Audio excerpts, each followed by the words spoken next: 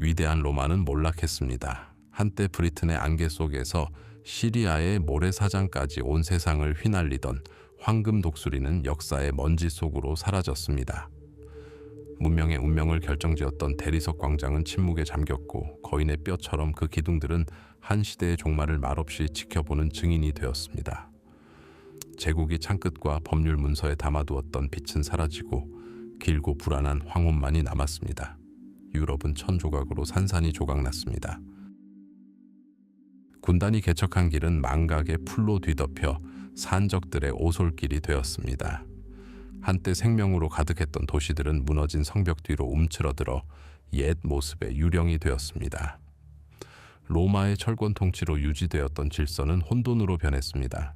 중심이 없는 세상, 권력이 지역적이고 잔혹해진 세상이었습니다. 이러한 권력의 공백 속으로 새로운 정복자들이 밀려들었다.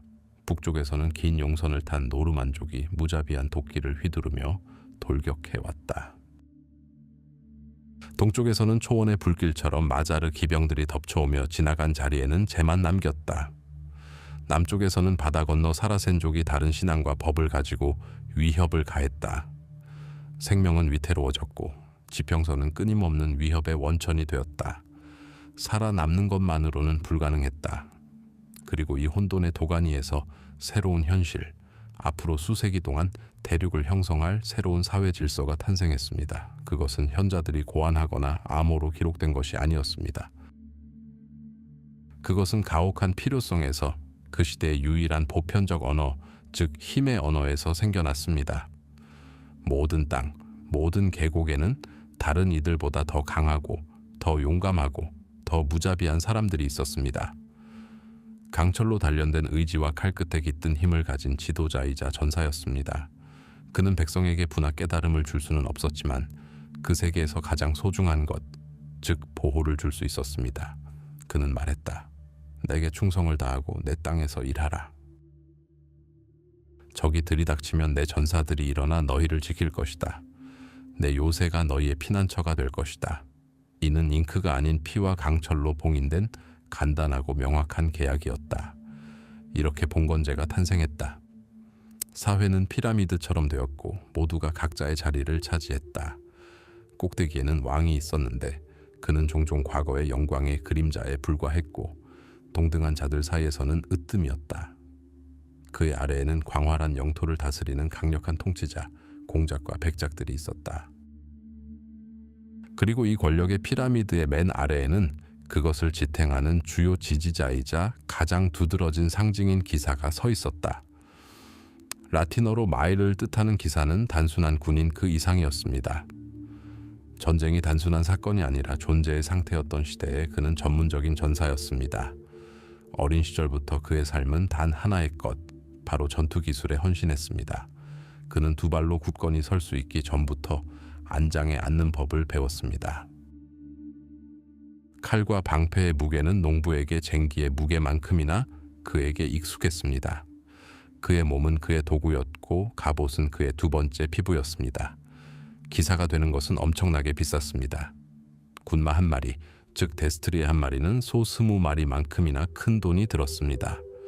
수천 개의 철고리로 엮은 사슬 갑옷, 투구, 단련된 강철로 만든 칼, 이 모든 것에는 엄청난 비용이 들었습니다. 이러한 봉사에 대한 대가를 현금으로 지불하는 것은 불가능했습니다. 동전은 귀했고 경제는 천연자원에 의존했기 때문입니다. 그래서 그 시대의 핵심 해결책이 탄생했습니다. 바로 토지가 봉사에 대한 대가가 되는 것이었습니다. 이 땅 즉 봉토는 보상이자 의무였습니다. 이 땅을 받은 기사는 영주의 가신이 되었습니다. 그는 충성과 경의를 맹세하며 영주의 손에 손을 얹고 충실하고 진실하게 섬기고 첫 번째 소환시 전쟁에 참전하겠다고 약속했습니다. 그 대가로 그는 그 땅을 수확하고 그 땅에 사는 사람들을 심판할 권리를 얻었습니다. 칼은 땅을 받았고 땅은 칼의 보호를 받았습니다. 하지만 이 새로운 세력의 성체는 어디에 있었을까? 습격을 피해 어디에 숨을지, 어디에 물자를 보관할지, 그리고 그들의 영토를 어디에서 감독할지 고민했던 것이다. 답은 돌을 깎아 나무로 세운 성이었다. 초기 성들은 우아한 탑이 있는 동화 속 궁전이 아니었습니다. 필요에 의해 만들어진 소박하면서도 기능적인 요새였습니다. 성들은 대개 단순한 모트 앤 베일리, 모티 앤 바일리 구조를 특징으로 했습니다. 인공 언덕인 모트, 모테, 위에 나무로 된 망루 돈존가 세워졌고 그 아래에는 사람과 가축이 쉴 수 있는 울타리로 둘러싸인 안뜰, 바일이 있었습니다. 원시적이었지만 효과적이었습니다. 망루의 높은 곳에서는 멀리서도 적을 볼 수 있었고 나무 벽과 해자는 방어에 귀중한 시간을 벌어주었습니다. 시간이 흐르면서 나무는 돌로 바뀌었다. 돌은 영원했다. 불타지 않았고 공성추로 뚫기도 더 어려웠다. 성은 점점 커져 벽, 탑, 해자, 도개교 등 복잡한 구조물로 변모했다. 단순한 피난처가 아니라 강력한 권력의 상징이 되었다. 언덕 위에 우뚝 솟은 성은 소유주의 권력을 시각적으로 보여주는 상징이었다. 돌담은 어떤 분쟁에서든 가장 설득력 있는 농어가 되었다. 성은 지역 전체의 행정, 군사, 경제 활동의 중심지였다. 성벽 안에서는 정의가 구현되고 세금이 징수되고 전사들은 잔치를 벌이고 후계자가 탄생했다. 이렇게 시대의 본질을 규정하는 끊을 수 없는 유대감이 형성되었습니다. 검과 돌 사이의 유대감, 기사는 성을 수호했습니다. 성은 기사에게 집과 피난처를 제공했습니다. 성벽 그늘 아래 땅을 일구던 농부는 기사에게 식량을 제공했습니다. 그리고 기사는 농부의 수확물이 또 다른 약탈자에게 불태워지지 않도록 보장했습니다. 잔혹하고 위계적이었지만 나름대로 안정적인 세계였습니다. 개인의 충성심과 군사력에 기반을 둔 세계, 사람의 운명은 출생에 따라 결정되었고 시야는 가장 가까운 숲과 영주의 성벽에 의해 제한되었습니다. 유럽이 새롭게 살아가는 법을 배우는 시대였습니다. 약탈의 불길 속에서 벼려지고 봉신들의 맹세로 굳건히 굳어진 시대였습니다. 칼과 돌의 시대가 막 시작되었고 수세기 동안의 전쟁과 음모, 그리고 위대한 업적을 통해 오늘날 우리가 아는 문명을 만들어낼 운명이었습니다. 샤를만유 제국이 붕괴되자 유럽은 암흑에 휩싸였습니다. 하나로 뭉친 위풍당당한 권력의 건물은 수천 개의 조각으로 부서졌고 그 폐허에는 혼돈이 깃들었습니다. 질서를 유지하던 군단은 자취를 감추었습니다. 단 하나의 동전 주조도 중단되었습니다. 한때 안전했던 길은 산적들의 소굴로 변했습니다. 바이킹의 용선들이 북쪽에서 급습했고 유목민 헝가리인들이 동쪽에서 휩쓸었으며 사라센 해적들이 남쪽에서 위협을 가했습니다. 두려움은 사람들이 숨쉬는 공기 그 자체가 되었습니다. 강력한 군대, 경찰, 법이 없는 세상에서 약자는 어떻게 스스로를 지킬 수 있을까요? 통치자는 1년 안에 횡단할 수 없는 땅을 어떻게 지배할 수 있을까요? 이 문제에 대한 해답은 화폐나 성문법이 아닌 훨씬 더 오래되고 근본적인 두 가지 개념, 즉 토지와 충성에 기반한 체제였습니다. 이 체제는 역사의 봉건제로 기록되었습니다. 그 핵심에는 간단하지만 깨뜨릴 수 없는 계약이 자리 잡고 있었는데 잉크가 아니라 신 앞에서의 맹세로 봉인된 계약이었다. 왕이든 공작이든 백작이든 통치자는 그 시대의 주요하고 유일한 부, 즉 땅을 소유했다. 하지만 그에게는 그것을 지킬 군대가 없었다. 전사기사는 검과 갑옷 그리고 군마를 가지고 있었다. 하지만 그는 자신과 가족 그리고 부하들을 먹여 살릴 땅이 없었다. 봉건제가 그들을 하나로 묶었다. 영주 또는 오버로드라고 불리는 통치자는 전사이자 봉신인 에게 농민들이 사는 땅을 하사했습니다. 이 하사품을 봉토라고 불렀습니다. 우리가 이해하는 의미의 매매나 영구 소유권이 아니었습니다. 그것은 미래의 봉사에 대한 대가였습니다. 봉토를 받음으로써 봉신은 영주의 신하가 되었습니다. 이 결합을 굳건히 하는 의식은 중세시대 가장 강력하고 상징적인 의식 중 하나였습니다. 바로 경이 총2라고 불렸습니다. 횃불로 환하게 밝혀진 웅장한 성의 홀을 상상해 보세요. 영주는 가신들에게 둘러싸인 채 높은 의자에 앉아 있습니다. 그의 앞에는 무장도 하지 않고 머리도 없는 미래의 가신이 무릎을 꿇습니다. 그는 영주의 손바닥에 손을 얹는데 이는 완전한 신뢰와 복종의 표시입니다. 그리고 그는 선서를 합니다. 가가 저는 당신의 사람이 되겠습니다. 영주는 그를 무릎에서 일으켜 세우고 입술에 입을 맞춥니다. 이는 귀족 신분에서의 평화와 평등의 표시입니다. 이어서 두 번째 맹세, 충성의 맹세, 즉 푸아테가 이어졌습니다. 가시는 성경이나 성물에 손을 얹고 죽을 때까지 주군에게 충성하고 결코 배신하지 않으며 그의 생명, 명예, 재산을 침해하지 않겠다고 맹세했습니다. 이는 단순한 법적 형식 이상의 것이었습니다. 말이 신성하고 명예가 생명보다 귀중했던 세상에서 그러한 맹세는 매우 개인적인, 거의 가족적인 유대감을 형성했습니다. 그러자 영주는 가신에게 수여받은 영지의 상징을 선물했습니다. 그것은 흙덩어리, 나뭇가지, 장갑 또는 깃발일 수 있었습니다. 그 순간부터 가신은 자기 땅의 절대적인 주인이 되었습니다. 그는 농민들에게 조공을 거두고 정의를 집행하고 요새를 건설했습니다. 그의 영지는 그 자신의 작은 왕국이었습니다. 하지만 이러한 권력과 부의 대가로 그는 엄격한 의무를 져야 했습니다. 군 복무가 무엇보다 중요했습니다. 영주의 첫 소환 시 가시는 말을 타고 병사와 무기를 갖추고 1년의 일정일수 보통 40일 동안 군에 복무해야 했습니다. 그는 영주의 영토 경계를 방어하고 그의 원정에 참여하고 적의 성을 포위해야 했습니다. 군 복무를 거부하는 것은 중범죄, 즉 중죄로 간주되어 영지를 상실하거나 때로는 사형에 처해질 수 있었습니다. 가시는 업무 외에도 의회 봉사, 즉 영주의 의회와 법정에 참여할 의무가 있었습니다. 또한 지출 봉사, 즉 엄격하게 정의된 경우에 재정적 지원을 제공할 의무도 있었습니다. 예를 들어 영주가 포로 상태에서 몸값을 치러야 할 때, 장남이 기사 자귀를 받았을 때, 장녀가 결혼했을 때 등이 있습니다. 영주에게도 의무가 있었습니다. 그는 가신과 소유물을 공격으로부터 보호하고 정의와 후원을 보장할 의무가 있었습니다. 영주가 의무를 다하지 못할 경우 가시는 서약을 파기할 권리가 있었습니다. 이렇게 거대한 봉건적 사다리, 충성의 피라미드가 세워졌습니다. 그 꼭대기에는 왕국의 모든 영토를 다스리는 최고 영주로 여겨지는 왕이 서 있었습니다. 그의 아래에는 그의 직속 가신들, 즉 공작과 백작들이 있었는데 그들은 왕에게서 속주 전체를 받았습니다. 그들은 다시 남작들의 영주가 되어 마을 한두 개를 소유한 평범한 기사들에게 영지를 하사했습니다. 각자는 윗사람의 가신인 동시에 아랫사람의 영주였습니다. 권력은 파편화되어 수천 개의 작은 흐름으로 흩어졌습니다. 영주 없이는 땅도 없다는 속담이 있었습니다. 하지만 겉보기에 간결해 보이는 이 시스템은 실제로는 복잡하고 혼란스러웠습니다. 같은 남작이 서로 불화하는 두 백작의 가신이 될 수도 있었습니다. 그는 누구를 섬겨야 할까요?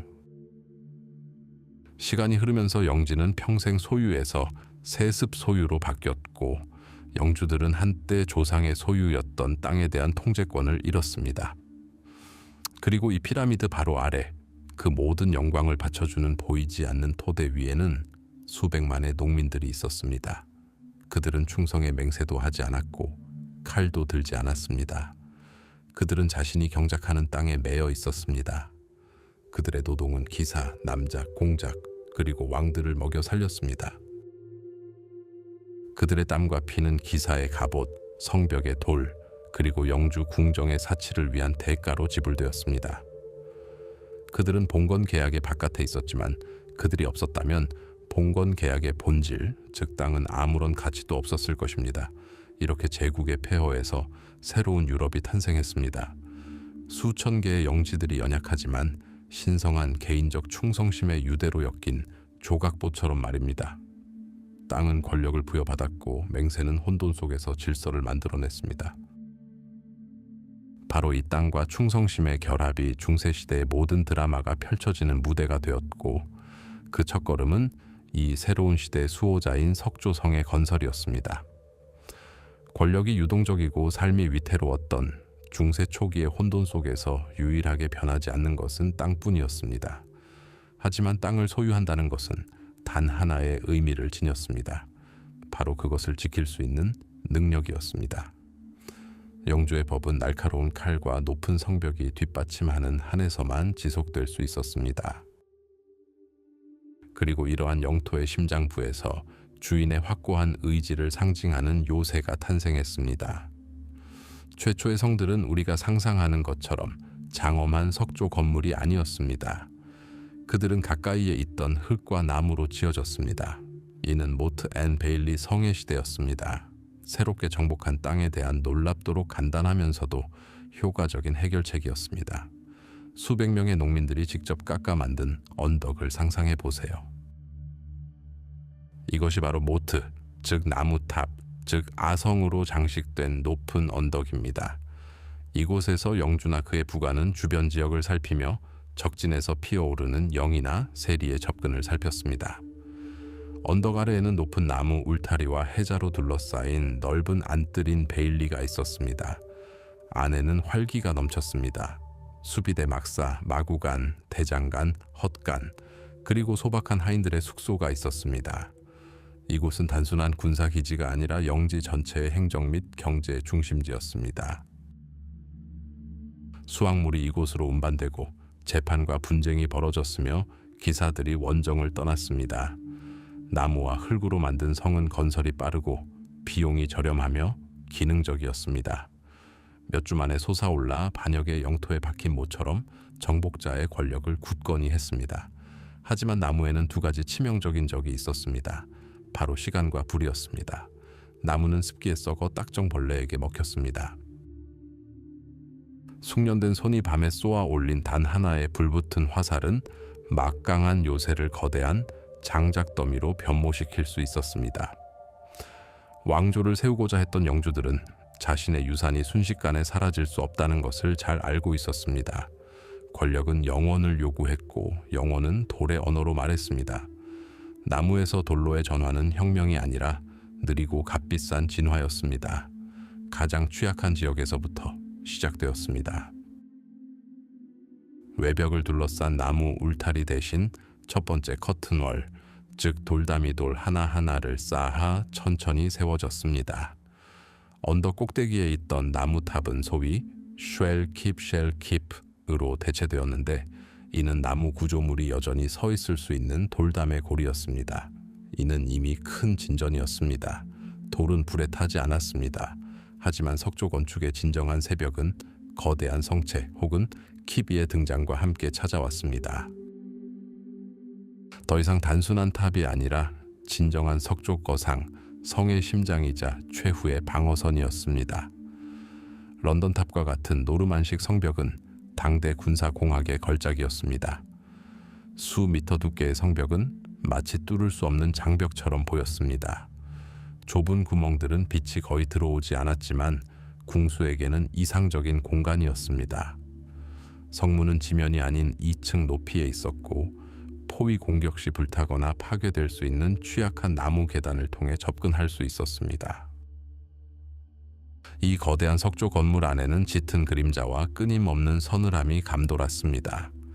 지하층인 지하실은 물자 창고이자 적들을 가두는 감옥 역할을 했습니다. 위층에는 성 전체의 중심인 본당이 있었습니다. 영주는 이곳에서 가신들과 만찬을 즐기고 청원자들을 접견하고 궁궐을 열었습니다.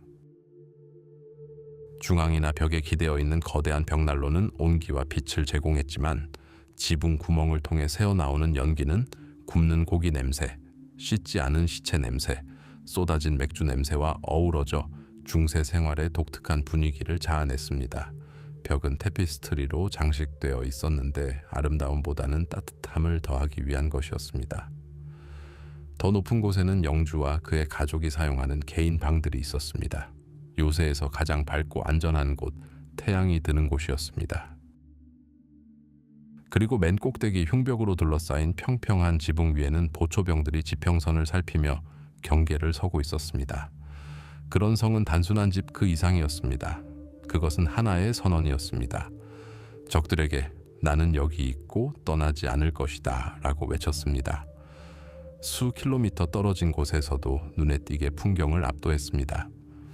인공 바위였고 혼돈 속 질서의 상징이었으며 봉건 권력의 가시적인 구현이었습니다. 하지만 군사적 사고방식은 앞서 나갔습니다. 포위군은 정사각형 성루의 약점, 즉 직각을 이용하는 법을 터득했습니다. 그들은 성루를 약화시켜 전체 구조물을 무너뜨릴 수 있었습니다. 그리고 성 건축은 다음 단계로 나아갔습니다. 정사각형 성루는 원형과 다각형 성루로 대체되었습니다. 사각지대가 없었고 성벽을 따라 효과적인 십자 포화를 가능하게 했으며 공격자들에게 안전한 피난처를 제공하지 못했습니다. 십자군 전쟁은 요새화 발전에 큰 활력을 불어넣었습니다.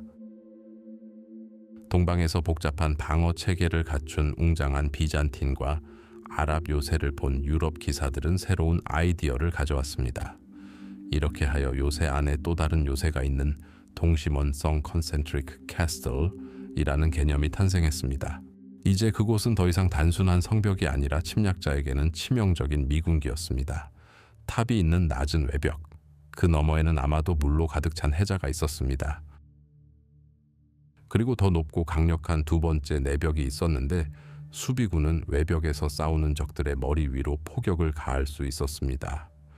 그리고 이 두 개의 방어선을 통과하고 쇠창살과 탑으로 보호된 문을 통과한 후에야 적군은 최후의 요새, 즉 강력한 성체에 도착할 수 있었습니다. 한 걸음 한 걸음 나아갈 때마다 공격자들은 엄청난 유혈 사태를 겪었습니다. 이렇게 수세기에 걸쳐 언덕 위에 소박한 나무 요새는 복잡한 군사 공학 단지, 봉건 세계의 돌심장부로 변모했습니다. 영주의 거처이자 전사들의 변경이자 적들의 감옥이자 국고이자 한 지역 전체의 행정 중심지였습니다. 나무에서 돌로의 이러한 변화는 단순한 건축 자재의 변화 그 이상이었습니다. 불과 혼돈에서 태어난 연약한 힘이 영원한 돌에 자신의 의지를 새겨 불멸을 얻고자 애썼던 이야기였습니다. 기사 자규의 길은 금으로 포장되어 있지도 않았고 생득권으로 주어진 것도 아니었습니다. 어린 시절부터 시작되어 온전한 헌신을 요구하는 길고 험난하고 고된 여정이었습니다. 기사가 된다는 것은 단순히 검을 휘두르는 법을 배우는 것 이상의 의미를 지녔습니다. 그것은 온전한 가치체계, 한 시대의 살아있는 상징을 구현하는 것을 의미했습니다. 그리고 이 길의 첫걸음을 내디딘 것은 갓집을 나선 어린 소년이었습니다. 모든 것은 7살 때 귀족, 때로는 귀족 영주의 아들이 더 강력한 다른 봉건 영주의 성에서 교육을 받도록 보내지면서 시작되었습니다. 이 관습은 충성의 맹세이자 동맹을 강화하는 역할을 했지만 아이에게는 어린 시절과의 작별을 의미하는 순간이었습니다. 그는 시동이 되었습니다. 그의 세상은 극적으로 바뀌었습니다.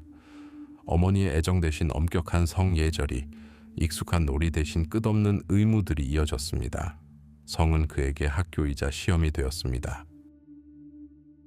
시동은 여주인과 시녀들의 감독 아래 성의 여인숙에서 어린 시절을 보냈습니다. 전장에서 멀리 떨어진 이곳에서 미래의 기사가 될 초석이 놓였습니다. 소녀는 예의범절을 배웠습니다.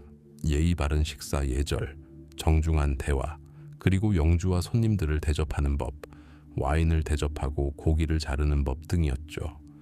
그는 읽고 쓰는 법과 산수, 체스, 노래와 춤, 때로는 류트까지 배웠습니다. 이곳은 예의범절을 가르치는 학교였으며 전사로서뿐만 아니라 용감한 기사로서 아름다운 여인을 기리는 시를 지을 수 있는 능력을 기르는 곳이었습니다. 하지만 성은 무엇보다도 군사 요새였고 군사 훈련은 말과 함께 진행되었습니다. 시동들은 작은 것부터 시작했습니다. 장로들의 무기를 닦아주고 계집과 매사냥을 도우며 말을 돌보는 법을 배웠습니다. 그들의 신체 훈련은 쉴 새 없이 이어졌습니다. 레슬링, 달리기, 수영, 점프 등 모든 것을 통해 힘과 민첩성이 길러졌습니다. 그리고 물론 무기 다루는 법을 처음 배우기 시작했습니다. 나무칼은 아이들의 손에 진짜 강철처럼 무겁게 느껴졌고 작은 방패는 그들의 몸을 거의 가리지 못했습니다. 그들은 몇 시간씩 서로 펜싱을 연습하고 승마술의 기본을 배우고 말과 하나가 되기 위해 노력했습니다.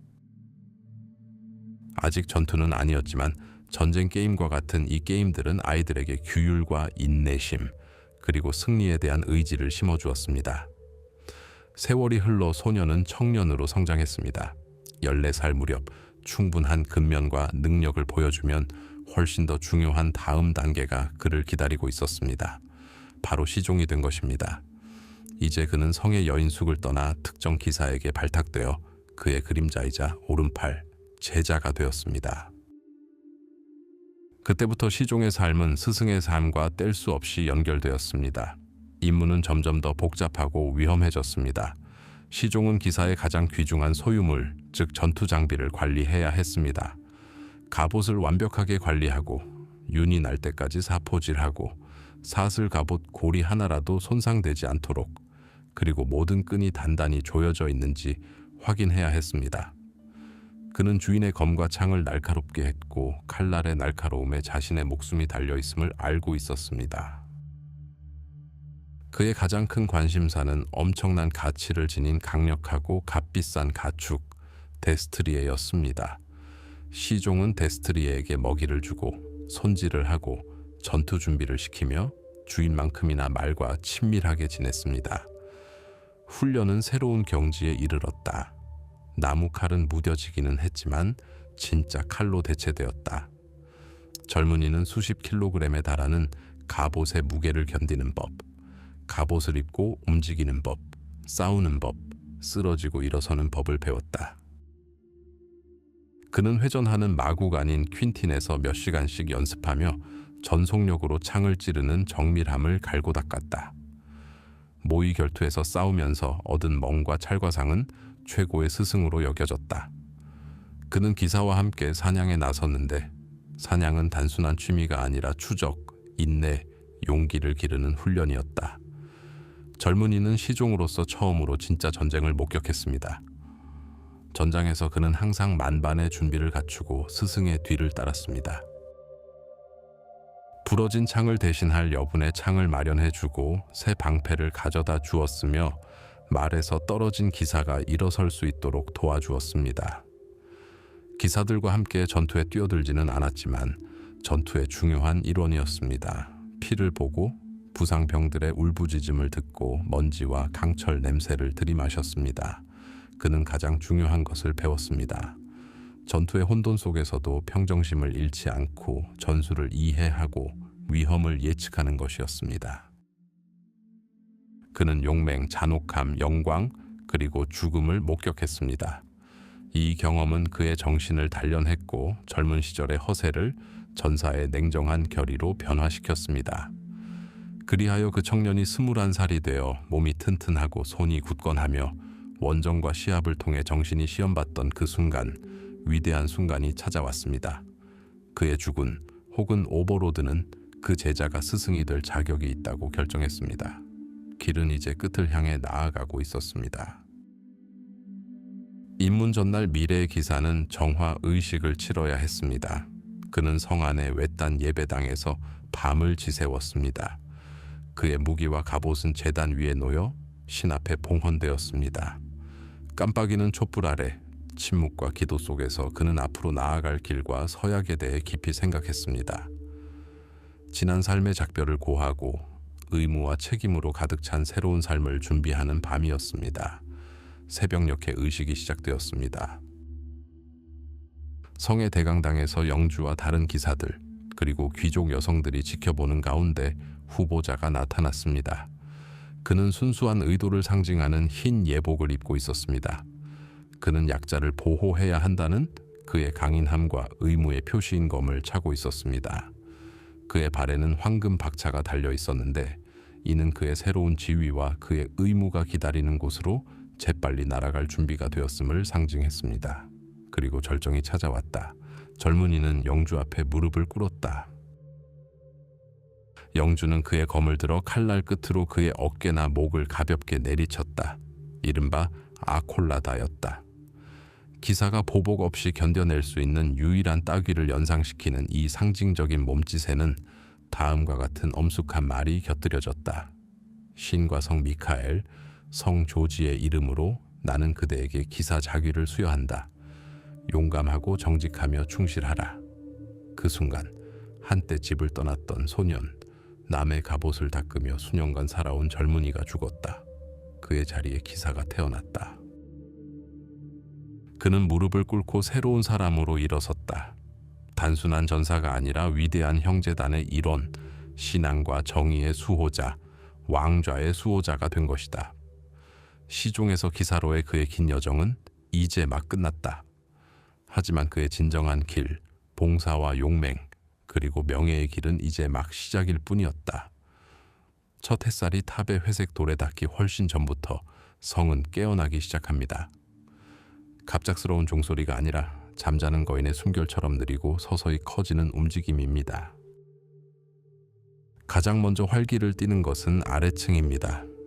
안뜰에서는 우물물을 끌어올리는 장치가 삐걱거리는 소리와 마구간에서 이미 마부들에게 손질을 받고 물을 먹이고 있는 말들의 콧김이 들립니다. 빵집과 부엌에서는 가늘지만 끈질긴 연기가 피어오르며 빵과 따뜻한 수프를 약속합니다. 이곳은 하인, 종자, 경비병들의 세상입니다. 그들의 삶은 엄격하고 변함없는 일상에 따라 운영됩니다. 성주, 즉 봉건 영주와 그의 가족에게 하루는 기도로 시작됩니다. 그들이 가장 먼저 방문하는 곳은 작고 소박한 예배당 혹은 예배당입니다. 향과 밀랍 향이 가득한 차갑고 메아리 치는 공간에서 사제는 아침 미사를 집전합니다. 이 의식은 단순히 전통에 대한 헌사 이상의 의미를 지닙니다. 영주는 자신의 땅에서 하느님의 대리자이며 그의 권위는 위로부터 거룩하게 됩니다. 종교는 중세 생활의 모든 측면에 스며들어 있었고 전능하신 분께 기도로 시작하지 않는 하루는 낭비로 여겨졌습니다. 미사가 끝나면 봉건 영주의 일과라고 할 만한 시간이 시작됩니다. 성은 요새일 뿐만 아니라 영지 전체의 행정 중심지이기도 합니다. 오후 잔치의 소음으로 아직 가득 차지 않은 대강당에서 영주는 집사의 보고를 듣습니다. 영주의 방앗간에서 밀가루가 얼마나 갈렸는가, 소의 우유 생산량은 얼마인가, 농노 중 도망친 사람이 있는가. 그는 정의를 집행하며 가신과 농민 사이의 분쟁을 해결합니다. 그의 말은 곧 법입니다. 정의는 신속하고 가혹하며 종종 공개적이어서 다른 모든 이들에게 교훈이 됩니다. 한편 성의 안주인인 그의 아내는 자신의 일에 몰두하고 있습니다. 그녀는 집안의 방대하고 복잡한 모든 것을 감독합니다. 가정부에게 명령을 내리고 식료품 저장실에 있는 재료들을 확인합니다. 와인과 소금에 절인 고기통, 밀가루와 곡물자루, 말린 허브와 뿌리. 중세 유럽의 겨울은 길고 성의 생존은 안주인의 선견지명에 달려 있습니다. 그녀는 린넨을 짜고 옷을 만들고 차가운 돌담을 장식하는 테피스트리를 수놓는 하인들을 감독합니다.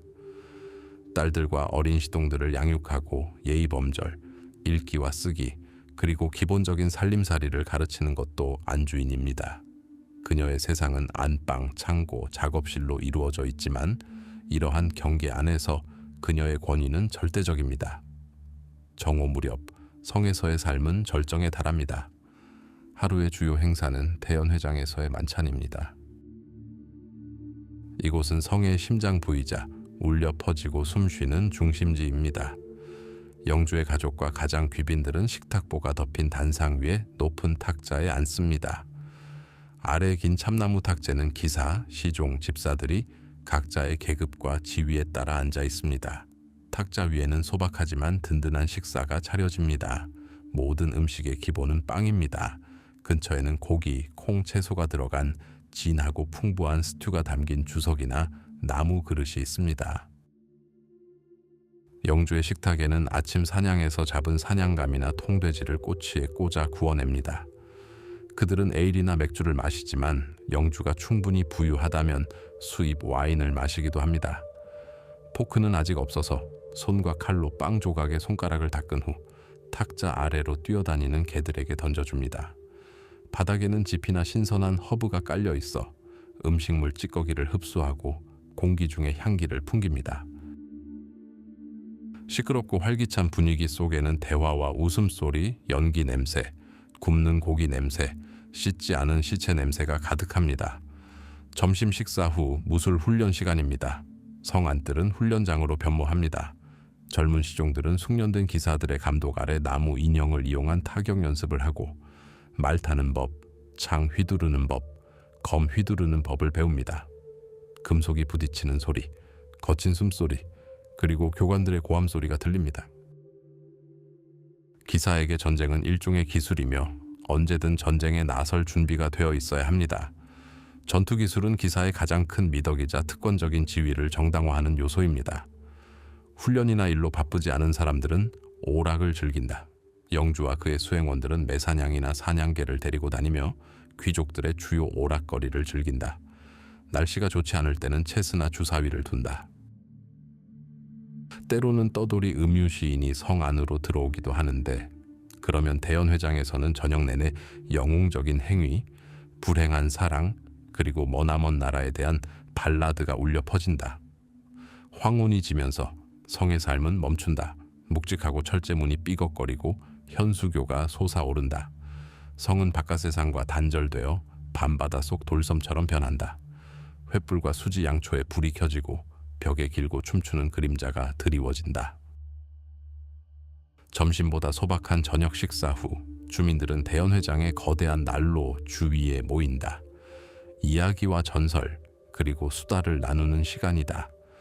난로의 따스함은 사람들을 하나로 모으고 돌담의 영원한 추위 속에서도 아련한 위안을 선사한다. 성의 밤이 찾아왔다. 영주와 그의 아내는 각자의 방으로 들어갔다. 외풍을 막아주는 거대한 캐노피 침대가 놓인 유일하게 진정한 사적인 방이었다. 다른 사람들은 쉴 수 있는 곳이라면 어디든 잠을 잤다. 기사와 시종들은 망토를 두른 채 대청에서, 하인들은 부엌이나 작은 방에서 잠을 잤다. 성은 고요에 잠겼고 잠자는 사람들의 코골이 소리, 흉벽을 스치는 바람 소리, 성벽 위 경비병들의 외침 소리만이 그 침묵을 깨뜨렸다. 그는 이 돌로 된 파수꾼처럼 잠들어 어제와 똑같은 새날을 위해 힘을 모았다. 숲과 위험에 둘러싸인 이 세상에서 가장 중요한 가치는 새로움이 아니라 수백 년 된 흔들리지 않는 질서이기 때문이다. 후대의 상상 속에서 기사는 용맹과 고귀함으로 빚어진 거대한 존재로 묘사됩니다. 그의 갑옷은 윤이 나는 강철의 광채뿐 아니라 고귀한 이상의 빛으로 빛납니다. 우리는 그가 마음속의 여인 앞에 무릎을 꿇고 과부와 고아를 지키며 입술에 신의 이름을 새기고 전투에 임하는 모습을 봅니다.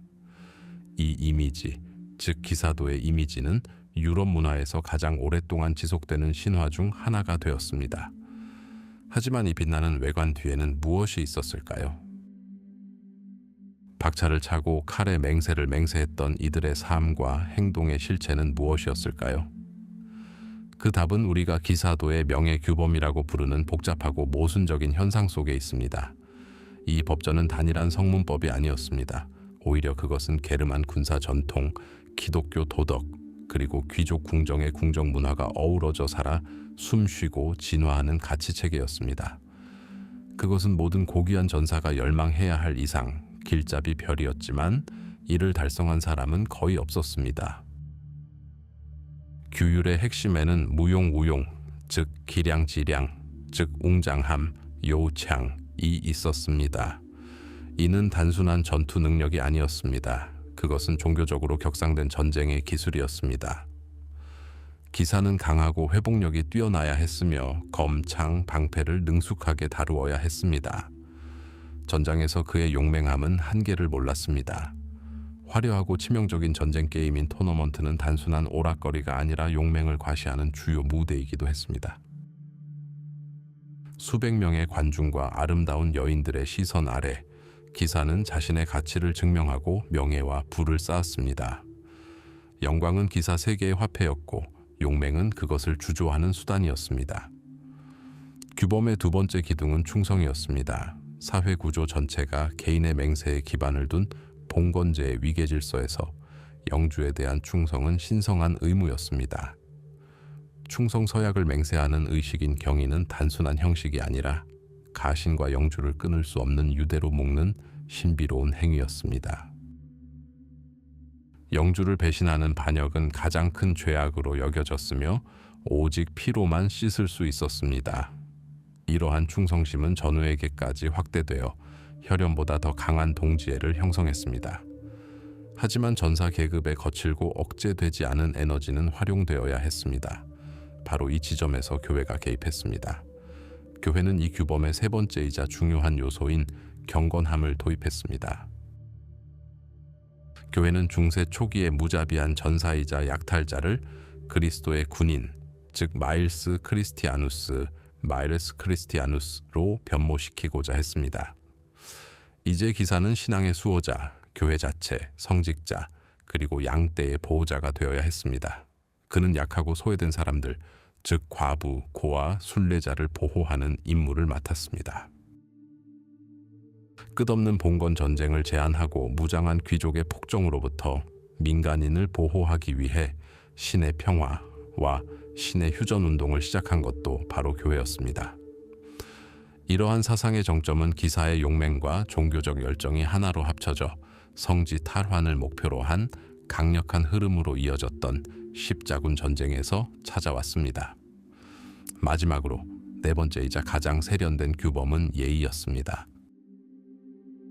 남부 프랑스 궁정에서 유래한 이 문화는 군사적 공적뿐만 아니라 우아한 예의 바른 대화, 시를 짓고 아름다운 여인을 섬기는 능력을 찬양했습니다.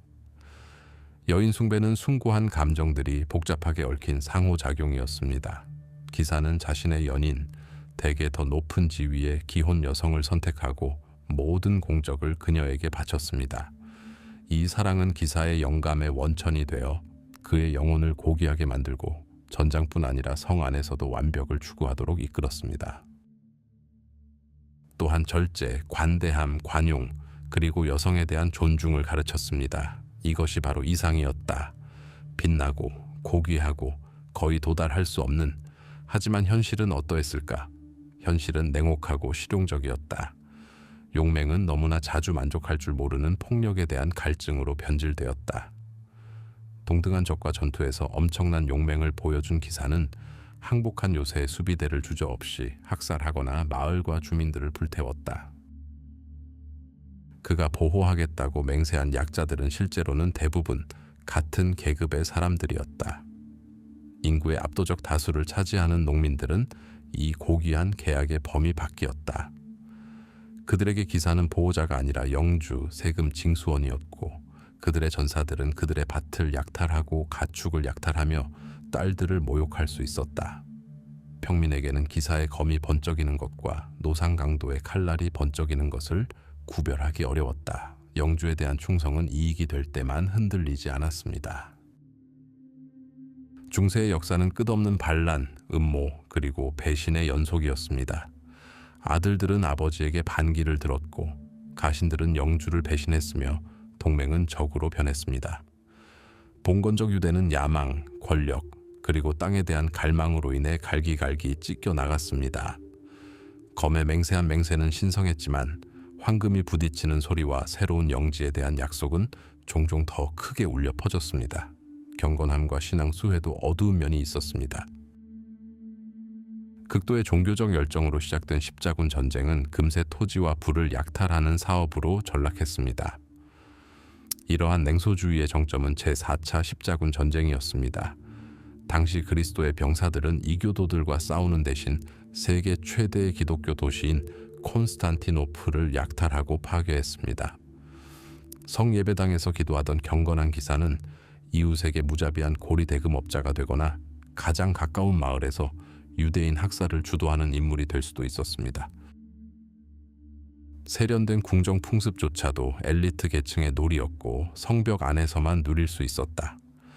귀부인에게 소네트를 지은 기사는 하급 여성을 무례하고 폭력적으로 대하는 것을 부끄러운 일로 여기지 않았다.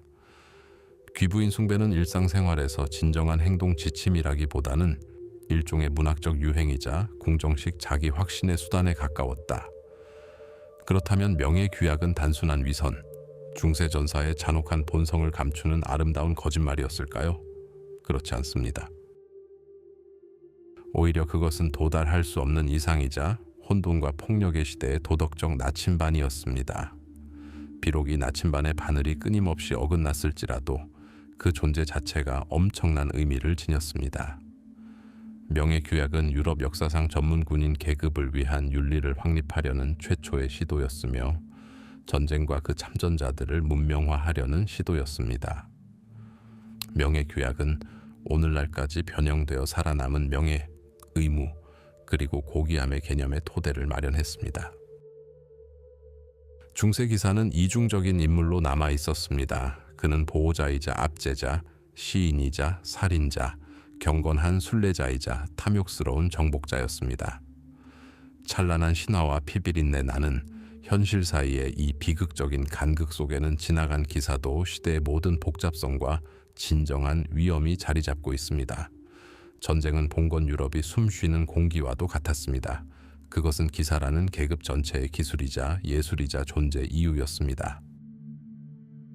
그리고 이 피비린내 나는 예술은 세 가지 위대한 행위로 이루어졌습니다. 뚫을 수 없는 방어 시설 구축, 완벽한 무기 개발, 그리고 마지막으로 돌과 의지를 무너뜨리기 위한 치열한 투쟁, 즉 성포위 공격입니다. 전쟁 예술의 첫 번째이자 가장 중요한 요소는 보호였습니다. 기사는 단순한 전사가 아니었습니다. 강철로 무장한 살아있는 요새였습니다. 갑옷의 진화는 모루 위에 망치를 올려놓고 쓴 군비 경쟁의 기록과 같습니다. 중세 초기 사슬 갑옷은 전장을 지배했습니다. 천처럼 유연하고 수천 개의 철고리가 얽혀 흐르는 듯한, 이 갑옷은 칼에 베는 듯한 일격과 창이 엇갈리는 찌르기를 확실하게 막아냈습니다.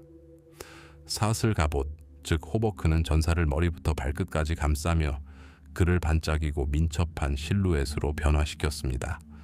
하지만 이러한 보호에도 아킬레스건이 있었습니다. 둔기의 파괴적인 힘과 창의 직격, 그리고 강타하는 찌르기에는 무력했습니다. 13세기에 이르러 대장장이들은 해답을 찾기 시작했습니다. 최초의 판금 갑옷이 사슬 갑옷 위에 등장하기 시작했습니다. 무릎, 팔꿈치, 정강이처럼 가장 취약한 부위를 보호하는 금속판이었죠. 이것이 위대한 변화의 시작이었습니다. 10년이 지날 때마다 강철은 더욱 풍부해졌습니다. 전사의 가슴에는 흉갑이 커졌고 팔과 다리는 판금 팔보 호구와 정강이 보호구로 감싸졌습니다. 마침내 15세기에 이르러 기사도는 절정에 달했습니다. 강철로 만든 조각품, 즉 완전한 판금 갑옷이 전장에 등장했습니다. 공학의 경이로움이었다. 각 판금은 착용자의 몸에 맞춰 제작되었고 관절은 완벽한 메커니즘처럼 작동하여 이동, 전투, 심지어 말타기까지 가능했다. 개 얼굴 모양의 바이저가 달린 위협적인 바시넷이든 후의 유선형 아멧이든 투구는 머리를 뚫을 수 없는 요새로 탈바꿈시켰다. 강철 건틀릿은 부상에 두려움 없이 무기를 단단히 잡을 수 있게 해주었다. 최대 30kg에 달하는 이 갑옷은 기사를 무적의 살상 기계로 변모시켜 쏟아지는 화살과 엇갈리는 검의 일격을 견뎌낼 수 있었다. 개인 보호 장비의 정점이었지만 그렇다고 해서 절대적인 것은 아니었다. 뚫을 수 없는 갑옷이 있다면 그것을 무너뜨릴 수 있는 무기도 있습니다. 기사의 무기고는 다양하고 치명적이었습니다. 전사의 영혼이자 명예의 상징, 그리고 그의 팔의 연장선은 바로 검은었습니다. 방패와 함께 든 든든한 동반자였던 단순한 한송엄부터 적진의 틈새를 파헤치기 위해 보병으로 사용하는 거대한 양송엄 에스파돈까지 검은 다재다능했습니다. 베고, 찌르고, 쳐낼 수 있었습니다. 칼날이 항상 갑옷을 관통하는 것은 아니었지만 갑옷의 관절이나 바이저 틈새에 정확하게 찌르는 것은 치명적이었습니다. 하지만 기사의 주요 공격 무기는 랜스였다. 길고 무거운 강철 촉이 달린 랜스는 어떤 전투에서든 첫 번째 공격 수단이었다. 무거운 군마를 타고 적을 향해 돌진하는 기사의 쐐기는 마치 살아있는 공성추와 같았다. 강철로 무장한 기병들이 창을 겨누고 뭉친 용암 덩어리가 랜스를 조준하면 어떤 방어선도 뚫고 보병을 쓸어버리고 방패를 박살낼 수 있었다. 이 귀청이 터질 듯한 첫 번째 일격이 종종 전투 전체의 승패를 결정지었다. 하지만 기사들이 도보로 격돌할 때는 번쩍이는 갑옷에 맞서기 위해 더욱 잔혹한 무기가 필요했습니다. 바로 장창과 둔기가 등장한 것입니다. 전투 도끼, 칼날, 못, 갈고리가 결합된 할버드, 그리고 포렉스. 이 모든 무기는 단 하나의 목적을 위해 만들어졌습니다. 바로 강철 갑옷의 약점을 찾아내는 것이었습니다. 갈고리는 기술을 말에서 끌어낼 수 있고, 못은 투구를 꿰뚫을 수 있으며, 칼날은 관절을 절단할 수 있었습니다. 하지만 무장한 병사들에게 가장 두려운 적은 바로 전투 망치와 철퇴였습니다. 갑옷을 뚫을 필요는 없었습니다. 엄청난 타격의 위력이 금속을 통해 전달되어 뼈를 부러뜨리고 투구를 부수고 심각한 내부 손상을 입혔습니다. 강철의 무적함에 대한 잔혹하지만 효과적인 대응이었습니다. 그러나 그 시대 최대의 전투는 탁 트인 들판이 아니라 거대한 돌로 쌓은 성 아래에서 벌어졌습니다. 공성전은 최고의 군사 예술이자 공학, 인내, 그리고 잔혹함의 마라톤이었습니다. 성은 권력의 보루였고 두꺼운 성벽, 깊은 해자, 그리고 영원처럼 보이는 높은 탑들이 있었습니다. 하지만 인간의 천재성은 돌조차도 부술 방법을 찾아냈습니다. 포위된 요새 주변에는 공성 무기로 가득 찬 도시가 펼쳐져 있었다. 나무로 만든 거대한 투석기, 즉 투석기의 무시무시한 삐걱거림이 공기를 가르며 울려 퍼졌다. 밤낮으로 이 거대한 투석기들은 수백 킬로그램의 돌덩이를 던졌고, 그 돌덩이들은 귀청이 터질 듯한 굉음을 내며 성벽에 부딪혔다. 돌덩이들이 하나씩 떨어져 나가며 당당한 성체는 천천히 그러나 확실하게 폐허로 변했다. 때로는 투석기가 돌이 아니라 동물의 시체나 심지어 포로의 시체를 던지기도 했는데, 이는 성 안의 역병과 절망을 불러일으켰다. 성벽 가까이에는 방패로 보호된 공성추들이 굴러다녔다. 쇠촉이 쇠로 된 거대한 통나무를 수십 명의 전사들이 휘두르고 있었다. 성문을 향해 단조롭고 둔탁하게 휘두르는 그들의 타격은 마치 전쟁의 심장 박동과도 같았다.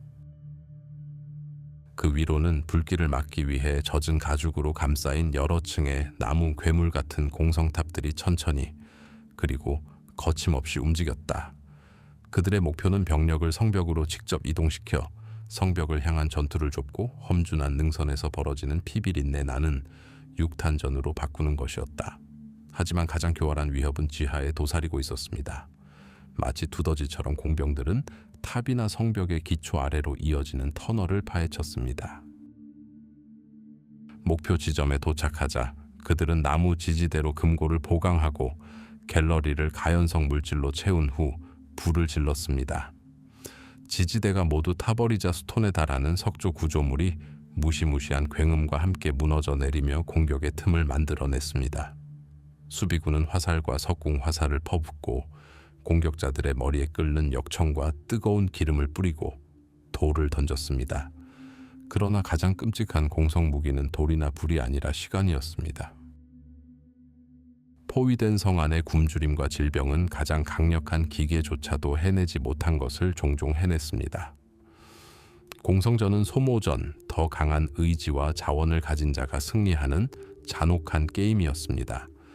이렇게 투석기의 포효, 칼날의 충돌, 그리고 굶주림의 침묵 속에서 봉건 유럽의 역사가 형성되었습니다. 중세기사도의 세계는 피비린내 나는 전투와 혹독한 포위 공격의 연속이 아니었습니다. 진짜 전쟁의 소음이 잦아들면 또 다른 종류의 전쟁이 시작될 시간이었습니다. 영광을 위한 전쟁, 아름다운 여인의 찬사를 받기 위한 전쟁, 그리고 짤랑거리는 몸값 주머니를 차지하기 위한 전쟁이었습니다. 마상 시합과 축제가 시작될 시간이었습니다. 기사의 용맹과 영주의 불을 모두가 볼 수 있도록 과시하는 눈부신 극장과 같았습니다. 마상 시합은 봉건 궁정의 평화로운 삶의 중심이 되는 행사였습니다. 정해진 날 몇 주 전부터 주변 지역 곳곳에서 기사들이 시종과 하인들을 거느리고 도착했습니다. 성 주변이나 특별히 마련된 초원, 즉 마상 시합장에 화려한 색깔의 천막이 즐비한 도시가 우뚝 솟아 있었습니다. 수백 마리의 말들이 울부짖는 소리, 대장간 망치가 갑옷을 조정하는 소리, 그리고 도착하는 참가자들의 이름과 칭호를 외치는 전령관들의 시끄러운 목소리로 가득 찼습니다. 이것은 단순한 경쟁이 아니었습니다. 모든 깃발, 방패에 새겨진 문장, 말에 달린 수놓은 망토 하나하나가 가문의 권력과 귀족성을 드러내는 허영의 장터였습니다. 귀족들을 위한 호민관이 명부 위에 세워졌습니다. 이곳에서 비단과 벨벳 옷을 입은 귀부인과 영주들은 단순한 구경꾼이 아니라 기사의 명예를 평가하는 최고의 심판관이 되었습니다. 기사의 투구나 창에 꽂아두는 손수건, 장갑, 리본은 특별한 총애의 표시였으며 기사는 이를 위해 더 큰 분노로 싸울 준비가 되어 있었습니다. 토너먼트 자체는 참가자들의 행진으로 시작되었습니다. 트럼펫과 뿔피리 소리에 맞춰 전투 갑옷보다 더 무겁고 화려하게 빛나는 토너먼트 갑옷을 입은 기사들이 관중석 앞에서 엄숙하게 말을 타고 나와 자신과 말, 그리고 화려한 장신구를 과시했습니다. 그리고 메인 이벤트가 시작되었습니다. 핵심은 창의 충돌, 즉 조스팅, 조에스팅이었습니다. 나무 장벽으로 분리된 두 기사가 서로를 향해 돌진했습니다. 발굽 소리와 함께 땅이 흔들리는 순간 긴장감이 감돌았습니다. 목표는 상대를 죽이는 것이 아니라 창을 방패에 정확히 꽂아 상대를 떨어뜨리거나 상대의 갑옷에 자신의 창을 박살내는 것이었습니다. 쪼개진 창대가 요란하게 부딪히는 소리는 관중들에게 음악처럼 들렸고 깔끔하고 능숙한 타격의 신호였습니다. 갑옷의 무게에 짓눌려 말에서 떨어지는 것은 귀청이 터질 듯한 고통이었고 종종 심각한 부상으로 이어졌지만 정정당당한 싸움에서는 명예로운 패배로 여겨졌습니다. 그러나 초기 마상시합에는 훨씬 더 혼란스럽고 위험한 광경, 즉 난투, 메레에도 포함되었습니다. 이는 두 기사단이 광활한 들판에서 맞붙는 진정한 모의 전투였습니다. 무뎌진 검과 철퇴가 이미 사용되고 있었습니다. 강철이 부딪히는 소리, 함성, 발굽에서 피어오르는 먼지, 모든 것이 실제 전투와 흡사했습니다. 목표는 적을 죽이는 것이 아니라 포로로 잡는 것이었습니다. 포로가 된 기사는 몸값을 지불하고 승자에게 말과 갑옷을 넘겨야 했습니다. 가난하지만 유능한 많은 전사들에게 마상시합은 재산을 늘릴 수 있는 유일한 방법이었고 귀족 영주들에게는 가신들의 힘을 시험할 기회였습니다. 교회는 마상시합을 무의미하고 죄악스러운 살육으로 비난했지만 영광과 흥분에 대한 열정은 어떤 금지보다 강했습니다. 해가 지고 월계관을 쓰고 토너먼트 여왕으로부터 상을 받는 그날의 승자가 축하를 받았을 때 기사들의 궁정은 화려함이 사라지지 않았습니다. 먼지 쌓인 무대에서 성의 대강당에 울려 퍼지는 천장으로 옮겨갈 뿐 연회는 그곳에서 시작되었습니다. 잔치는 토너먼트의 연장선이었지만 이곳의 무기는 창과 칼이 아니라 부와 관대함, 그리고 사교적 품이었다. 거대한 홀은 벽에 걸린 철제링의 수백 개의 촛불과 횃불로 환하게 빛났다. 하얀 식탁보로 덮인 긴 테이블에는 진미가 가득 차 있었다. 주최 측의 권력을 과시하기 위해 마련된 풍성한 볼거리였다. 테이블에는 음식뿐만 아니라 온갖 요리 예술 작품들이 차려졌다. 깃털을 다시 입혀 살아있는 것처럼 보이도록 구운 백조와 공작사에 살아있는 새를 잘라낸 거대한 파이, 입에 사과를 물고 있는 멧돼지 머리, 값비싼 동양 향신료로 풍미를 더한 사냥감, 생선, 고기가 산더미처럼 쌓여 있었다. 은잔과 주석잔에서 와인과 맥주가 강물처럼 흘러내렸다. 하지만 잔치는 단순한 복식의 향연이 아니었습니다. 복잡한 사회적 의례였습니다. 식탁의 자리는 손님의 신분에 따라 엄격하게 정해졌습니다. 높은 단상, 상석에는 영주와 그의 가족, 그리고 가장 귀한 손님들이 앉았습니다. 영주와 멀리 떨어져 있을수록 자리는 낮아졌습니다. 저녁 내내 오락은 계속되었습니다. 음유시인과 음유시인들은 사랑과 영웅심을 노래했고 저글러와 고개사들은 기교를 뽐냈으며 광대들은 대담하고 때로는 신랄한 농담으로 손님들을 즐겁게 했습니다. 바로 이곳에서 잔치의 소음 속에서 류트 소리와 잔 부딪히는 소리가 울려 퍼지는 가운데 중요한 문제들이 결정되었습니다. 동맹을 맺고 음모를 꾸미고 장래의 결혼과 군사 작전을 논의했습니다. 주인은 가신들을 후하게 대하며 충성심을 다했습니다. 손님들은 그의 관대함을 칭찬하며 그의 지위를 공고히 했습니다. 마치 토너먼트처럼 잔치는 힘을 보여주는 행사였습니다. 명단에서 힘이 창 찌르기로 측정되었다면 연회장에서는 제공된 요리의 양, 와인의 질, 그리고 금 접시의 반짝임으로 힘을 가늠했습니다. 이처럼 토너먼트와 연회는 번갈아 가며 같은 동전의 양면, 즉 이상적인 기사도의 삶을 형성했습니다. 한 면은 거칠고 땀과 위험에 젖어 군사적 용맹을 과시했습니다. 다른 한 면은 세련되고 시끄럽고 활기 넘치며 부와 권력을 과시했습니다. 이 둘은 함께 눈부시지만 때로는 환상에 가까운 기사도의 세계를 만들어냈습니다. 기사도의 명예와 궁정의 사랑이 넘치는 이 세계는 수세기 동안 중세의 상징이 되었습니다. 11세기 말 석조성과 철의 맹세가 만연했던 봉건 유럽의 새로운 부름이 퍼졌습니다. 그것은 왕이나 황제에게서 온 것이 아니라 지상에 있는 신의 총독에게서 온 것이었습니다. 1995년 프랑스 클레르몽 공의회에서 교황 우르바누스 2세는 기사, 귀족, 평민들로 가득 찬 군중에게 열렬한 연설을 했습니다. 그는 동방 기독교인들이 겪는 고통, 이교도들에 의해 더럽혀진 성지들, 그리고 무슬림의 손에 넘어간 예루살렘 성묘에 대해 이야기했습니다. 그는 기독교 세계를 괴롭혔던 내전을 종식시키고 기사도 정신의 분노와 용맹을 공동의 적에게 쏟아야 한다고 주장했습니다. 그는 성스러운 대의를 위해 여정을 떠나는 자들에게는 죄 사함을, 전투에서 쓰러지는 자들에게는 천상의 영광을 약속했습니다. 그의 말은 뜨거운 땅에 떨어졌습니다. 수십 년 동안 유럽은 기적을 기대하고 세상의 종말을 두려워하며 구원에 대한 희망 속에 살았습니다. 교황이 연설을 마치자 수천 명의 사람들이 귀가 먹먹해지는 함성을 지르며 드읒불트, 신의 뜻대로 하라고 외쳤습니다. 이렇게 십자군 전쟁의 시대가 시작되었습니다. 첫 번째 물결은 대중의 열광적인 물결이었습니다. 은둔자 피에르와 같은 설교자들이 이끄는 무장이 허술하고 혼란스러운 빈민 민병대였습니다. 신앙과 기적에 대한 갈증에 눈이 먼 그들은 동쪽으로 진군하며 약탈과 폭력의 흔적을 남겼고 목적지에 도착하기도 전에 거의 완전히 파괴되었습니다. 그러나 그들의 뒤를 이어 두 번째 물결이 나타났습니다. 바로 기독교 세계의 진정한 힘이었습니다. 강철과 기도의 강물, 유럽 최고의 봉건 영주들로 구성된 군대였습니다. 경건한 부용의 고드프루아, 교활한 타란토의 베몽, 그리고 용맹한 툴루즈의 레이몽이 그예입니다. 갑옷을 입고 창을 준비하고 망토의 십자가를 꿰맨 수만 명의 기사들이 군대를 이끌고 유럽과 아시아를 가로지르는 전례 없는 원정을 벌였습니다. 이 여정은 혹독한 시련이었습니다. 그들은 낯선 땅을 횡단하고 적군과 싸우고 아나톨리아의 뜨거운 태양과 산길의 얼음장 같은 추위에 시달렸습니다.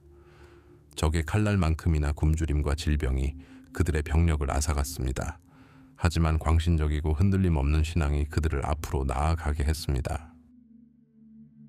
그들은 난공불락이라 여겨졌던 거대한 도시들을 습격했습니다.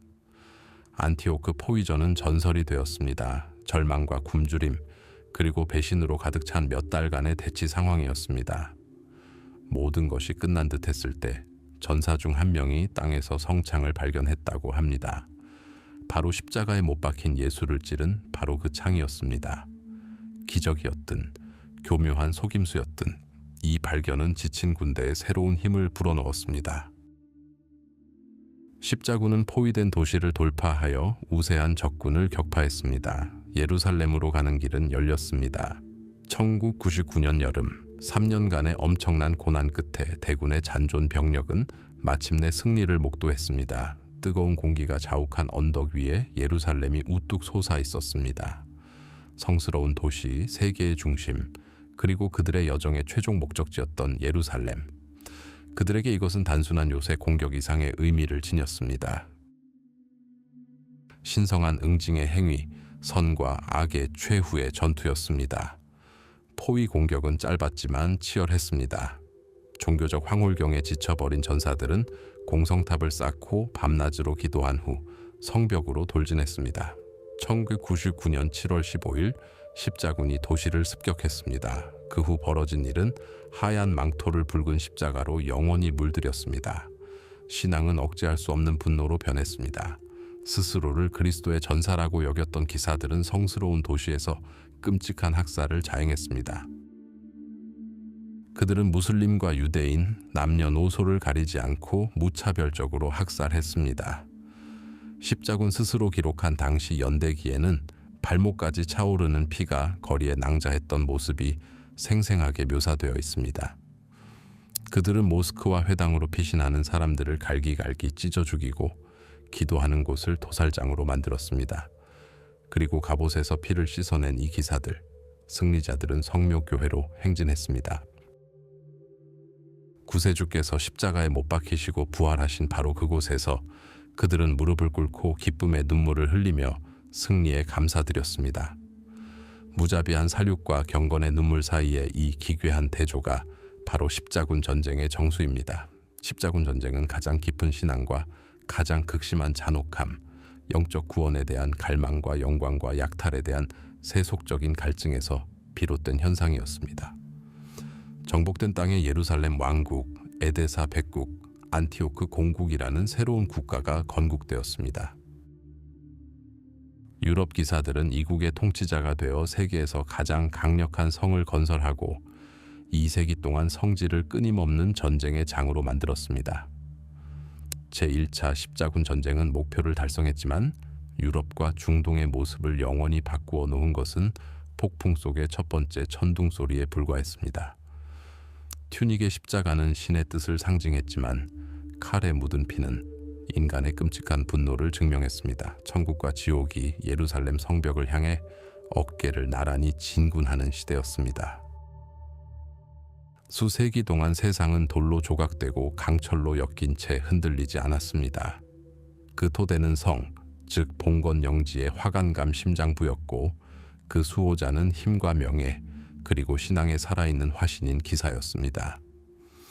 암흑시대의 혼돈 속에서 탄생한 이 시스템은 완벽에 도달하여 영원히 지속될 것처럼 보였습니다. 성벽은 점점 더 높아졌고 기사들의 갑옷은 더욱 강해졌습니다. 여러 세대가 흘렀지만 가신의 맹세, 영주의 권리, 그리고 돌성체의 불패성은 흔들리지 않았습니다. 세상은 이해할 수 있고 위계적이며 주민들이 믿었듯이 신이 직접 정해놓은 것이었습니다. 하지만 14세기에 두 알의 모래가 이 잘 기름칠된 우주의 기계 속으로 들어와 기어를 갈고 닷가 바다까지 닳도록 만들어 버렸습니다. 하나는 굉음과 함께, 다른 하나는 죽음의 침묵과 함께 도착했습니다. 첫 번째 모래의 이름은 화약이었습니다. 처음에는 그의 등장이 경멸로 받아들여졌습니다. 역겨운 연기를 뿜어내고 귀청이 터질 듯한 굉음을 내며 뾰족한 돌덩이를 뱉어내는 거추장스럽고 기괴한 포탄들은 기사들에게는 서민들의 저속한 오락거리처럼 보였습니다. 그것은 겁쟁이들의 무기, 명예 없는 무기였습니다. 힘도 용기도 순영안의 훈련도 필요 없었습니다. 어떤 용병이든 어떤 전직 농민이든 이 추악한 무기를 겨누고 칼이나 창으로는 닿을 수 없는 표적에 그 얼굴도 보이지 않는 맹목적인 힘을 퍼부을 수 있었습니다. 고귀한 전투 검술, 개인적인 모범의 용맹, 기사도의 본질을 이루는 모든 것이 먼 동방에서 온 이 악마 같은 화약 앞에서 그 의미를 잃었습니다. 하지만 조롱은 금세 경악으로 그리고 공포로 바뀌었다. 대포는 더욱 커지고 더욱 정확해지고 더욱 치명적이 되었다. 건국자들은 수세기 동안 공성추와 투석기의 맹공을 견뎌낸 돌을 부술 수 있는 철제 포탄을 주조하는 법을 익혔다. 성공성전은 더 이상 소모와 인내의 기술이 아니었다. 귀청이 터질 듯하고 체계적인 파괴의 도가니가 되었다.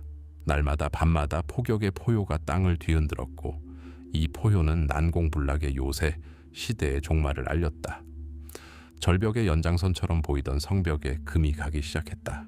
위에서 세상을 당당하게 내려다보던 탑들은 잔해 더미로 무너져 내렸다. 한때 가장 든든한 피난처였던 성은 돌무더기로 변해가고 있었다. 성벽과 함께 기사도의 군사적 독점도 무너졌습니다. 대장장이의 정점이라 할 수 있는 칼날을 튕겨내고 화살을 견뎌낼 수 있는 빛나는 갑옷도 아르케버스의 납탄에는 무력했습니다. 갑옷을 입고 군마를 탄 기사는 무적의 전쟁 기계에서 느리지만 완벽한 표적이 되었습니다. 장비 비용과 수년간의 훈련은 전장에서의 그의 효율성에 비해 턱없이 부족했습니다. 모든 것이 영웅적인 결투가 아닌 보병의 일제 사격과 포격으로 결정되었기 때문입니다. 전쟁은 더 이상 고귀한 일이 아니었습니다. 그것은 단순한 기술, 피비린내 나는 더러운 하찮은 일이 되었습니다. 하지만 화약이 돌과 강철을 강타했다면 두 번째 역병은 이 세상의 심장부, 바로 사람들을 강타했습니다. 그것은 제노바에서 온 상선을 타고 검은 쥐 가죽 속에 숨어 소리 없이 도착했습니다. 그것은 흑사병이라고 불렸습니다. 높은 성벽도 강철 갑옷도 열렬한 기도도 통하지 않는 적이었다. 보이지 않는 추수꾼이 유럽의 길을 활보하며 그의 낯은 문장도 누더기 옷도 가리지 못했다. 전염병은 가난한 사람들의 오두막처럼 성에도 쉽게 퍼졌다. 어제는 수백 명의 운명을 좌우했던 한 유력한 남작이 오늘은 열병에 시달렸고 검은 가레토스로 뒤덮인 그의 시신은 아직 서 있을 수 있는 몇 안 되는 하인들에 의해 두려움에 떨며 운반되었다. 전투에서 두려움을 모르는 한 기사가 이웃의 기침에 몸을 떨었다. 주님께 신뢰를 구했던 한 사제가 제단에서 기도를 드리며 숨을 거두었다. 세상은 혼돈에 빠졌습니다. 추수꾼들이 무덤 속에 묻혀밭은 수확되지 않았습니다. 마을은 완전히 사라지고 빈집에서는 바람만 울부짖는 유령 마을로 변했습니다. 토지와 노동에 기반을 둔 봉건제도는 끔찍한 균열을 겪었습니다. 농민은 너무 적어져 그들의 노동은 금만큼이나 귀중했습니다. 그들은 임금과 자유를 요구하며 영주를 떠나 황량한 도시로 떠나기 시작했습니다. 영주와 가신, 농민과 토지 사이에 오랜 유대가 깨지고 있었습니다. 확고해 보였던 사회 질서는 마치 카드로 만든 집처럼 무너져 내렸습니다. 한 시대의 황혼은 귀청이 터질 듯하면서도 고요했다. 대포의 포효는 새로운 세계의 탄생을 알렸고 그곳에서는 용맹이 아니라 포의 구경으로 힘을 가늠했다. 그리고 황량한 땅의 죽음과 같은 고요는 열병과 절망에 잠긴 옛 세계의 죽음을 말해 주었다. 봉건 유럽에 해가 지고 있었다. 마지막 햇살이 살아남은 성탑에 핏빛 붉은 빛을 드리웠고 그 성탑들은 점점 요새라기보다는 스스로를 기리는 기념물로 변해가고 있었다. 그리고 그 그림자 속에서 기사의 모습은 과거 속으로 사라져갔다. 더 이상 강력한 전사가 아니라 빛나는 갑옷을 입은 유령, 적의 칼이 아니라 화약이라는 비인격적인 힘과 보이지 않는 역병의 숨결에 파괴된 세상의 상징이 되어버렸다. 기사와 성의 시대는 전설 속으로 사라지고 돌멩이와 과거의 영광을 간직한 기억만 남았다. 시간은 가장 위대한 정복자다. 공성 무기나 사다리는 필요 없다. 시간은 돌을 천천히 거침없이 한 알 한 알 수세기를 거듭하며 깎아낸다. 하늘 높이 성을 쌓았던 시대는 쇠퇴하기 시작했고 그 돌의 아이들은 영원히 다가오는 듯한 추위를 가장 먼저 느꼈다. 그들의 황금기는 끝났다. 전설의 시대가 시작되고 있었다. 오랫동안 성은 전쟁의 알파이자 오메가였으며 영토와 권력을 향한 투쟁에서 무적의 싸움이었습니다. 성벽은 불굴의 의지를 상징했고 문명이 혼돈으로부터 피난처를 찾는 최후의 방어선이었습니다. 하지만 세상은 변하고 있었고 이러한 변화의 포효는 전쟁의 음악을 영원히 바꾸어 놓았습니다. 이 새로운 소리는 건조하고 거칠고 귀청이 터질 듯 했습니다. 그것은 화약의 포효였습니다. 최초의 대포들은 투박하고 변덕스러워 진정한 위협이라기보다는 호기심을 불러일으키는 존재처럼 보였다. 돌이나 연철로 만든 포탄은 거대한 성벽에 부딪혀 튕겨나가 수백 년 된 석조 벽에 긁힌 자국만 남겼다. 성벽의 수비수들은 포병대의 노고를 비웃었다. 하지만 한번 깨어난 기술은 결코 잠들지 않았다. 대포는 더욱 커지고 야금술은 더욱 정교해졌으며 화약은 더욱 강력해졌다. 그러던 어느 날 청동 포구에서 발사된 주철 포탄이 단순히 벽에 맞는 데 그치지 않고 벽을 관통하는 날이 왔다. 이 포효는 한 시대 전체의 종말을 알렸습니다. 몇 달 동안 포위당할 수 있었던 성벽이 이제 며칠 만에 무너질 수 있었습니다. 난공불락의 신화는 화약 연기와 함께 사라졌습니다. 그 거대한 돌성체는 취약해졌습니다. 더 이상 절대적인 안전을 보장하지 못했습니다. 화살과 칼을 튕겨내기 위해 만들어진 그 갑옷은 새롭고 비인격적이며 파괴적인 세력의 맹공의 금이 같습니다. 하지만 성을 파괴하는 것은 대포만이 아니었습니다. 더욱 미묘한 또 다른 힘이 성을 무너뜨리고 있었습니다. 바로 권력의 중앙 집권화였습니다. 한때는 동등한 존재들 중 으뜸이었던 왕들이 권력을 얻고 있었습니다. 더 이상 각자가 요새에 틀어박혀 왕권에 도전할 수 있는 반독립적인 봉건 영지들의 모자이크가 필요 없었습니다. 강력한 군주에게는 통일된 국가, 통일된 법, 그리고 통일된 군대가 필요했습니다. 한때 왕국의 거점이었던 귀족들의 성은 반란의 잠재적 중심지로 변했습니다. 성은 적에 의해서가 아니라 자신의 영주들에 의해 무너져 내렸고 불복종의 가능성 자체를 체계적으로 근절했습니다. 권력은 돌담에서 왕궁으로, 기사 기병대에서 전문 군인 연대로 흘러갔습니다. 시간이 흐른 이 거상들은 어떻게 되었을까? 그들의 운명은 사람들의 운명처럼 다르게 전개되었다. 가장 운이 좋은 사람들은 갑옷을 벨벳으로 바꾸었습니다. 그들은 호화로운 궁전과 저택으로 탈바꿈했습니다. 위풍당당한 흉벽은 햇살이 들어오는 우아한 창문으로 바뀌었습니다. 말과 강철 냄새가 진동하는 소박한 안뜰 대신 분수와 미로가 있는 잘 가꾸어진 공원이 자리 잡았습니다. 총안이 있는 벽은 평평하게 되었고 해자는 매워지거나 그림 같은 연못으로 변했습니다. 성은 더 이상 요새가 아니라 지위, 부, 그리고 세련된 취향의 상징이 되었습니다. 성은 혹독했던 과거를 잊고 미소 짓는 법을 배웠습니다. 다른 이들은 그렇지 못했습니다. 보호하기 위해 태어난 그들의 성벽은 가두는 법을 배웠습니다.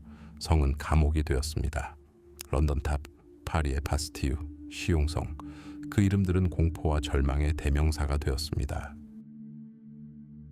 연회와 기사 서약의 메아리를 흡수했던 돌은 이제 죄수들의 신음소리와 음모의 속삭임을 흡수했습니다. 밝은 홀은 어두운 지하 감옥으로 변했고 한때 파수꾼들이 지평선을 바라보던 탑은 사형 선고를 받은 자들이 마지막으로 보는 것이 되었습니다. 그들의 영광은 불명예로 바뀌었습니다. 하지만 대부분의 운명은 훨씬 더 단순하고 비참했습니다. 바로 망각이었습니다. 그들은 그저 버려졌습니다. 수리도 없이 지붕은 무너지고 들보는 썩었으며 비는 천천히 그리고 파괴적인 영향을 미치기 시작했습니다. 근처 마을의 농부들은 당당한 성벽을 그저 공짜 건축 자재로 여기며 돌을 훔쳐 사용했습니다. 그리고 자연이 모든 것을 집어삼켰습니다. 녹색피처럼 담쟁이 덩굴이 틈을 뚫고 자라 탑을 휘감고 무너져 내릴 성벽을 지탱했습니다. 복도 한가운데에는 나무들이 싹을 틔우고 뿌리는 마치 손가락처럼 주춧돌을 밀어냈습니다. 바람은 텅 빈 창문 틈새로 불어들어 지나간 시대를 위한 진홍곡을 불렀습니다. 성은 해골처럼 그림 같은 폐허로 변해가고 있었습니다. 천천히 그리고 고귀하게 죽어가고 있었습니다. 그리고 바로 이 죽음 속에서 그는 새로운 삶을 찾았습니다. 마침내 전투의 함성이 잦아들고 봉건적 갈등의 기억이 역사가들의 소유가 되었을 때 인류는 다시 한번 이 폐허에 시선을 돌렸습니다. 낭만주의 시인, 예술가, 그리고 몽상가들은 그 폐허에서 쇠퇴가 아닌 고귀한 우울을 보았습니다. 그들은 죽은 돌이 아닌 얼어붙은 전설을 보았습니다. 무너진 탑은 그들에게 자부심을, 이끼 낀 성체는 불굴의 의지를, 그리고 벽에 난 구멍은 비극적인 운명을 이야기했습니다. 성들은 말없는 증인이 되었다. 더 이상 역사의 일부가 아니라 오히려 역사를 보존하는 존재가 되었다. 돌 하나하나는 잉크가 아닌 사건으로 쓰인 페이지였다. 텅 빈 홀의 공허한 메아리 속에서 승리의 잔치에서 술잔이 부딪히는 소리가 들렸다. 복도를 휘몰아치는 바람소리 속에서는 궁정 음모의 속삭임이 들려왔다. 지하 감옥의 차가운 공기 속에서는 오랫동안 잊힌 포로들의 절망이 느껴졌다.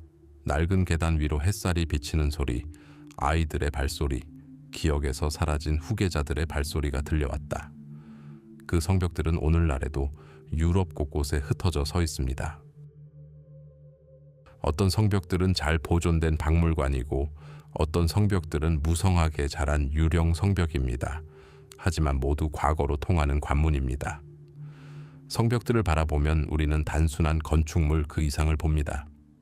중세의 정수, 그 잔혹함과 고귀함, 신앙과 두려움, 그리고 돌 속에 얼어붙은 야망을 볼 수 있습니다. 성벽들은 단순한 성벽이 아닙니다. 돌로 된 가슴 속에 지난 시대의 전설을 간직한 채 귀 기울이려는 자들을 기다리는 말없는 이야기꾼들입니다. 강철과 돌의 시대는 단 한 번의 최후의 전투로 끝나지 않았습니다. 그 쇠퇴는 긴 하루의 황혼처럼 느리게 진행되었습니다. 대포의 포효는 칼날 소리를 가렸고 머스킷총을 든 보병의 질서 있는 대열은 기갑기병의 맹렬한 돌격을 무의미하게 만들었습니다. 세상은 변하고 있었습니다. 전문적인 군대와 관료체제를 갖춘 중앙집권 국가는 더 이상 봉건적인 가신의 맹세를 필요로 하지 않았습니다. 한때 난공불락의 요새였던 성들은 군사적 의미를 잃고 그림 같은 폐허나 귀족의 거주지로 변해가고 있었습니다. 수세기 동안 군사적, 사회적 위계의 정점이었던 기사는 시대착오적인 존재가 되었습니다. 어제만 해도 권력의 상징이었던 그의 갑옷은 이제 거추장스럽고 투박해 보였습니다. 마치 역사가 페이지를 넘겨 그를 과거 속에 남겨두고 망각의 먼지만 쌓이는 듯했습니다. 하지만 마지막 진정한 기사가 검을 내려놓자 신화가 탄생했습니다. 그리고 이 신화는 어떤 역사적 원형보다도 훨씬 더 강력하고 지속적인 것으로 입증되었습니다.